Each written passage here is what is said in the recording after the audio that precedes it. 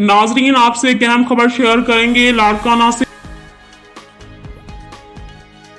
शहादत के अजीम रुतबे पर फाइज होने वाले 4 पुलिस जवानों की नमाज जनाजा SSP ऑफिस कश्मीर में पूरे सरकारी एजाज से अदा कर दी गई।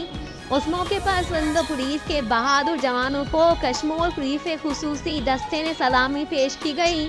नमाज जनाजा में SSP Kashmir, SSP Kambar Shahdadkot, deputy commissioner Kashmir, wing commander rangers और कानून नाफिज करने वाले दीगर इदारों के अफसरान, मीडिया नुमाइंदगान, मुख्तलिफ मकतबा फ़िक्र के रहनुमाओं, सिविल सोसाइटी, आम शहरियों, शहीद के अहल खाना समेत बड़ी तादाद में पुलिस अफसरानों जवानान और रेंजर्स के अफसरानों जवानान ने बड़ी तादाद में शिरकत की। DIG लाड़काना की जानिब से शहीद जवानों के जस्त खाकियों पर फूलों की चादरें चढ़ाई गईं। SSP साहिबा और दीगर अफसरान ने शुहदा की लाजवाल कुर्बानियों पर उनको खैराज अकीदत पेश किया।